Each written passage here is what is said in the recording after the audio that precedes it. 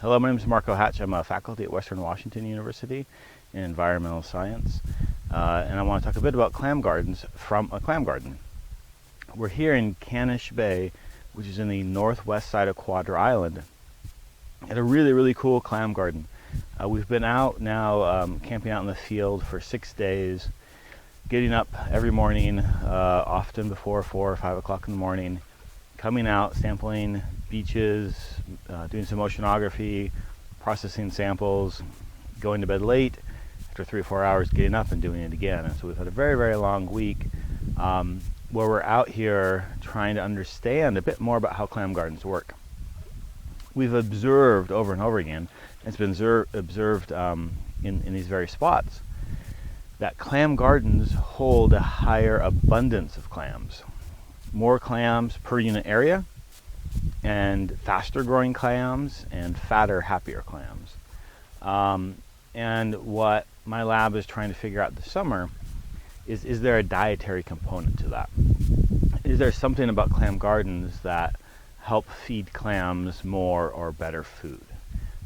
So we're going out sampling clams and also environmental samples, sediment samples, and oceanographic samples to try to figure out what are clams eating. And we're doing this through 2 different mechanisms.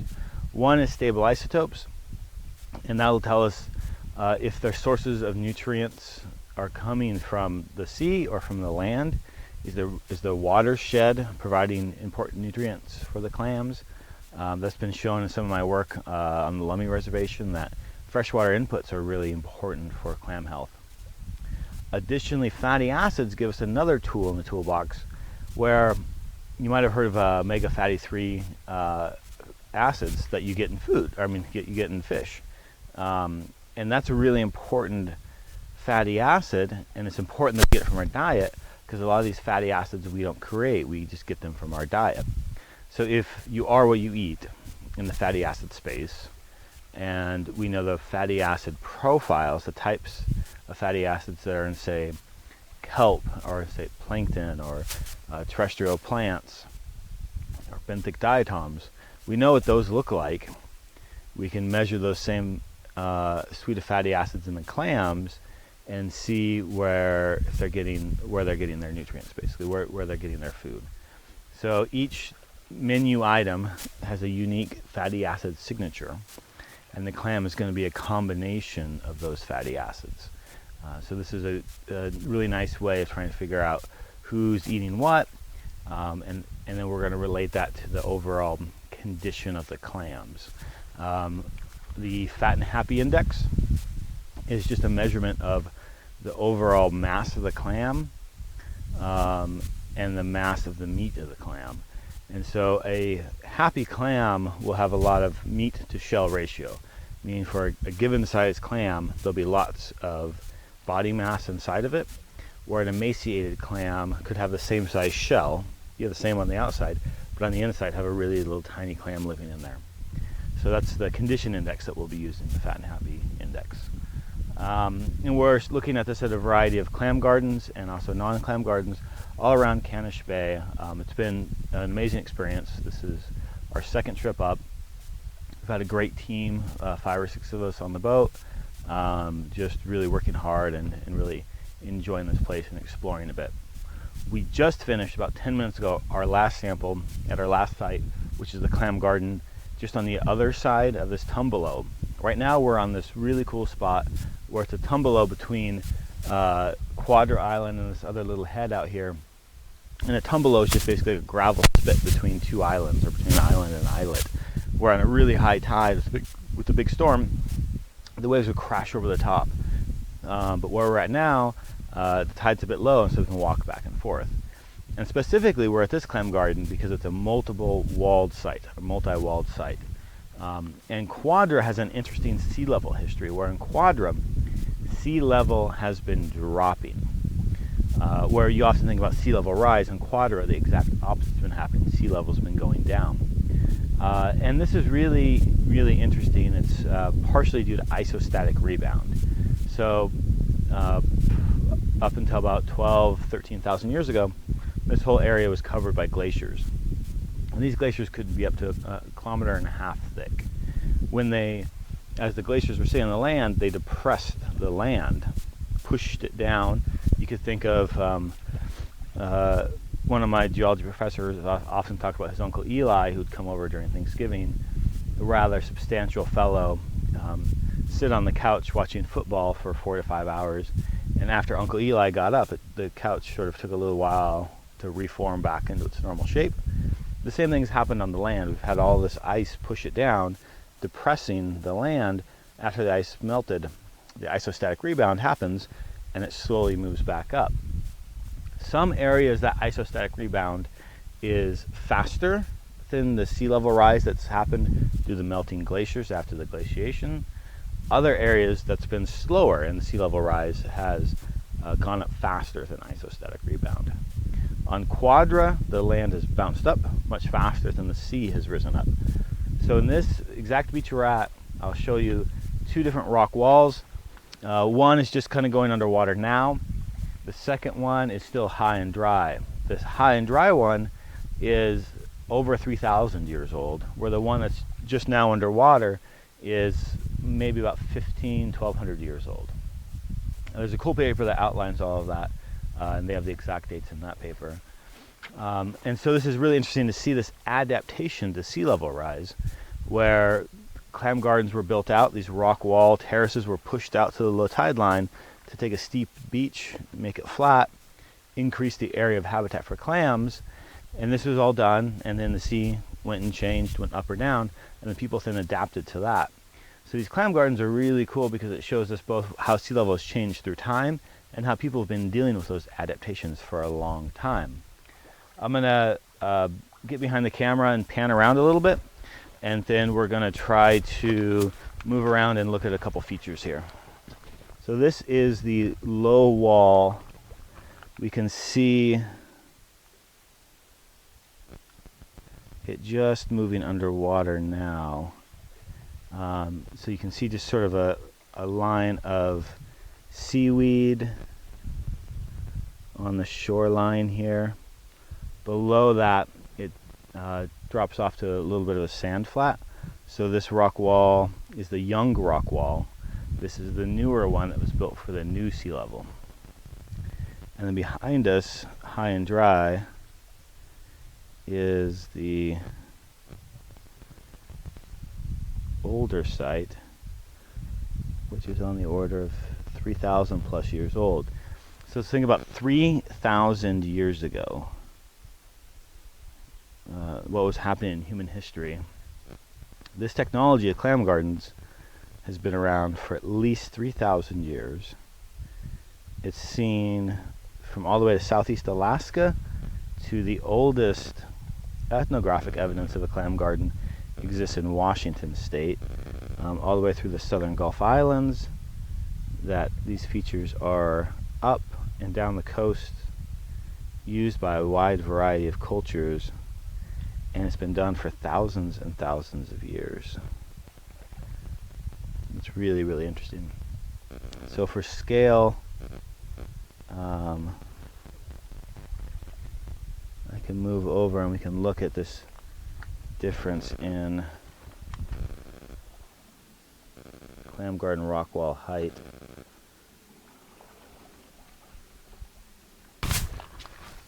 So now looking at the upper wall, currently the lower wall is just becoming inundated. The sea is just coming back as high tide's upon us to cover up this lower wall.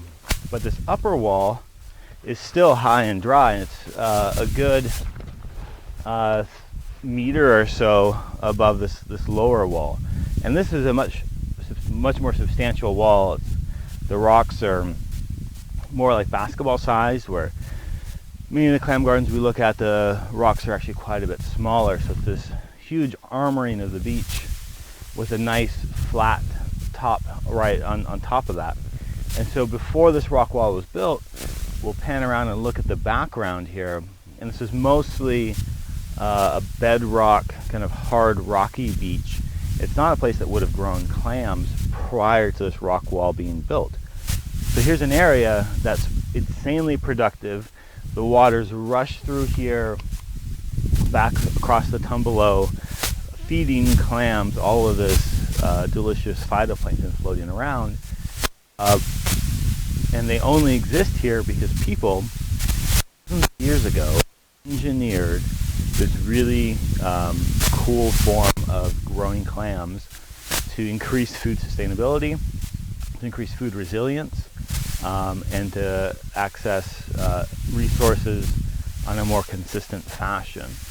These features like this are monumental in scale. This one is probably 800 meters at least long. Again, anywhere between 1 to 2 meters or more in height, and in width it appears to be about 3 to 4 meters wide, filled with these giant rocks. It would have been a massive coordinated effort to engineer this landscape, as well as, if you're going to go through all of this effort, you certainly want it to work, so you'd have to have a really deep understanding of the environment and where you could create beaches that they didn't exist prior and increase clam productivity. So it's really, really cool. They exist from Washington to Alaska.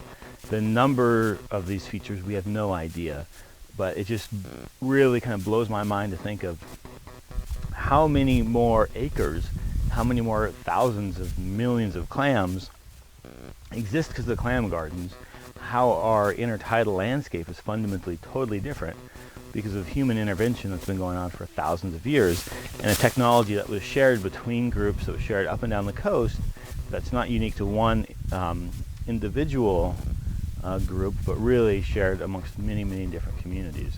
There's not that many examples of things like that, and I think it's really, really interesting, and just kind of zoom out and think about our whole landscape and our whole seascape being modified from mountaintop to seafloor bottom, and clam gardens are this really fantastic example of a modification in the intertidal.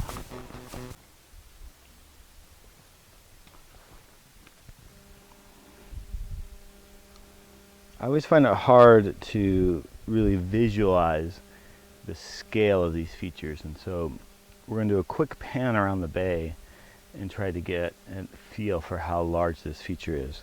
We're now looking at the left side of the bay as you go out, and you can see the clam garden on the right side as it kind of snakes around, creating this nice flat beach.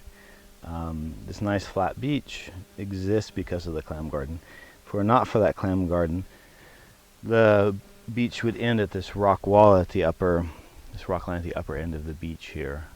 So all of this nice flat habitat has all been created by people prior to the clam garden. This would have been a very steep beach. It would not have had this finer grained gravel sediment that's ideal habitat for clams. It would have been large rocks. It would have been great habitat for snails and seaweed and chitons and limpets, but not so much for clams. Now those critters, snails, chitons, and seaweeds, still are quite happy in the rock wall created at the low tide line. So while these features also open up the amount of space and habitat and productivity for clams, they're also creating a habitat that's used by many other species as well, that's creating habitat for many other traditional foods, chitons being one amongst them, red sea cucumber, red rock crab, things like that. So moving down to a bit in front of us, this rock wall extends all the way around.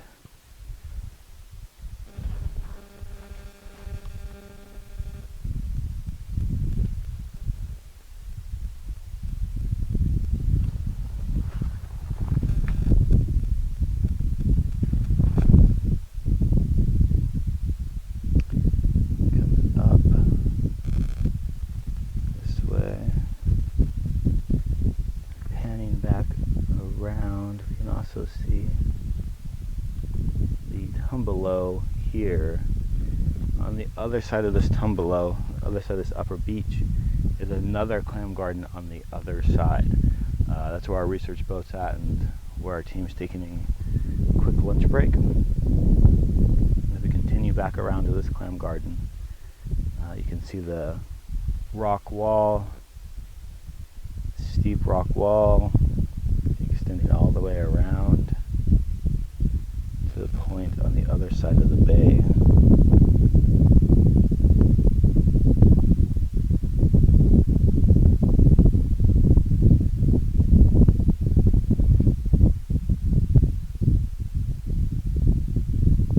That point is the end of the Clam Garden. And then the bay opens up to Canish with lots of wave energy, lots of water flowing back and forth, helping keep these clams fat and happy. From this angle, we can really see this lower rock wall that's just coming underwater now, extending down to where I'm standing down, deeper to a sand flat. The rock wall is currently being covered by water. It's covered. It's also contains a lot of algae. It's at a lower tide line that can still support clam growth at today's sea level. You can see the very top of it extending around to the other side here. And then behind me, you can see the second rock wall that's quite steep, made of larger rocks. And that's the older beach face, that's the older Clam Garden that's over 3,000 years old. So you can see this real terracing here of, as sea level dropped, new walls being built to adapt to that change. Looking down on the water, you can see some of the rocks, some of the algae growing on the rocks. Coming back around, we can follow that low Clam Garden rock wall here, and then just above it, center now, is that higher Clam Garden rock wall.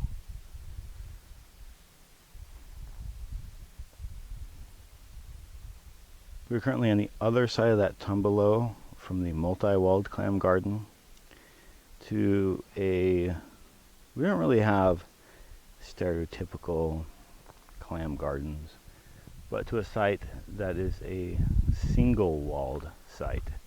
So much like the prior Clam Garden, the upper beach is bound by a large boulder field that prior to the Clam Garden being built would have been most of the intertidal zone, but now the intertidal has been expanded greatly by the creation of this rock wall.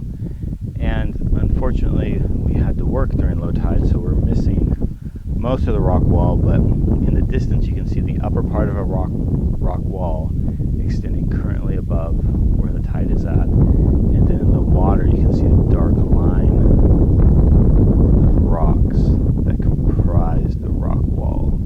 So we have a bit still out of the water, and there's still a fair amount that's underwater. And you can see the currents rushing in here. You can see our rock wall underwater. And as this water flushes in and out every day, it speeds past this area, it speeds past where the clams live, and delivers plenty of phytoplankton to keep them healthy and happy. But also within this rock wall, there's seaweeds or algae. There's a large snail currently out right now. There's a number of red sea cucumbers, red rock crab, chitin, large limpets, lots of things that are part of a traditional diet or a traditional food system. And so this rock wall not only helps create a nice flat beach for clams, but it also adds complexity to the environment that many different organisms live in. It also reduces wave energy to the upper beach. So as waves come and crash across this rock wall, that energy is dissipated. And so by the time those waves hit the clam beach, they've already broken down quite a bit. They've lost a lot of their energy, which helps with coastal erosion and beach scour. It helps keep the clam beaches in good shape. If we pan over, you see the head of this bay. There's a large, flat, muddy beach that has a small amount of fresh water coming in. And these mud beaches are typically not where you'd find clam gardens. These are areas where the beach is already very, very flat. The sediment's very fine. It's fine silts, mud, things like that. Whereas clam garden soils or sediment tend to be larger grain. They tend to have a lot of broken up shell in them. They tend to be a lot lighter compared to these kind of flat, muddy beaches like what we have in the background here.